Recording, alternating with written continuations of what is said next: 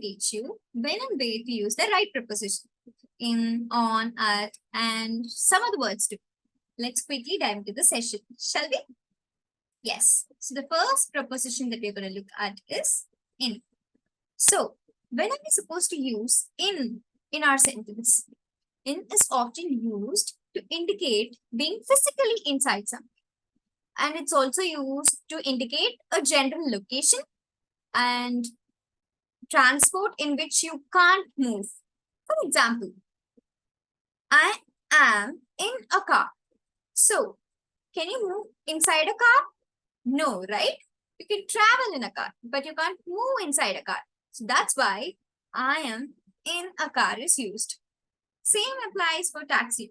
You can't move inside a taxi. So that's why I'm in a taxi. So, in is also used with larger enclosed space like rooms, cities, countries too. It's used with months, seasons, years, decades, and parts of the days. So the next preposition that we're going to look at is on. So when is on used? On is typically used to indicate surface contact or position of an object or anything.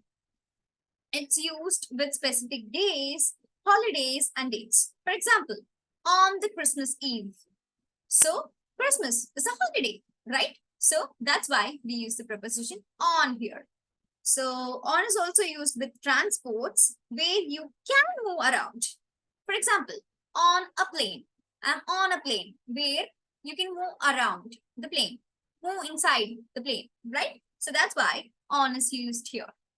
Let's move on to the next preposition, at. At is often used to indicate a specific point or location. It's also used with specific addresses, events, and times too. For example, I'm waiting at the bus stop. Bus stop here is a specific point, right? So that's why we're using this particular word here. I'm waiting at the bus stop.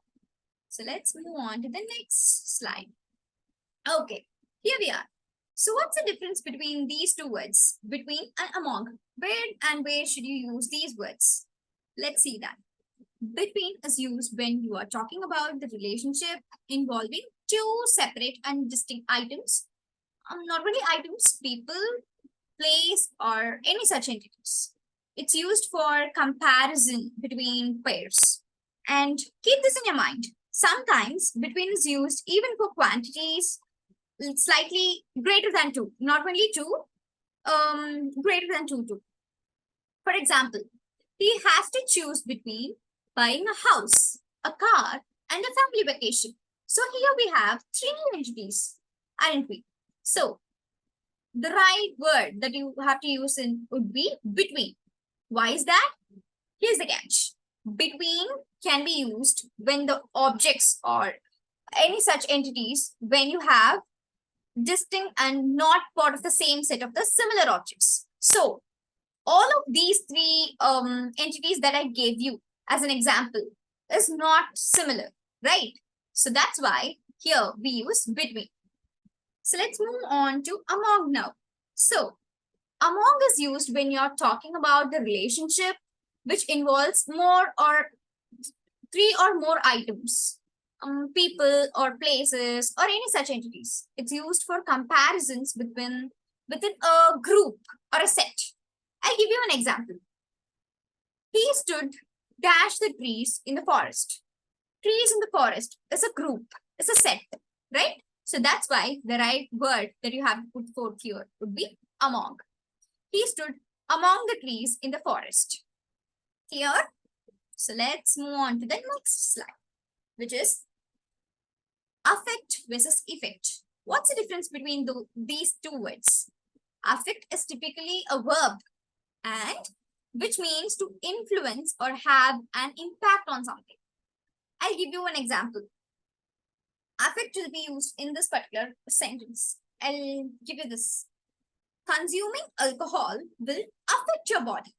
Here, we are talking about the impact of alcohol, right? So that's why the right fit would be affect here. Consuming alcohol will affect your body. Let's move on to effect. What is effect? When are we supposed to use effect? Let's see that. Effect is typically a noun and refers to the result or outcome of something. I'll give you an example. The effect of the injection was immediate. So we are talking about the result of the injection, right? So that's why we use effect here. Yes. So moving on to the next slide. Here I have given you some set of questions. So try to find the answers out for all these questions. And that's all for today's session. Thank you. I hope this particular session was insightful. So that's all for today.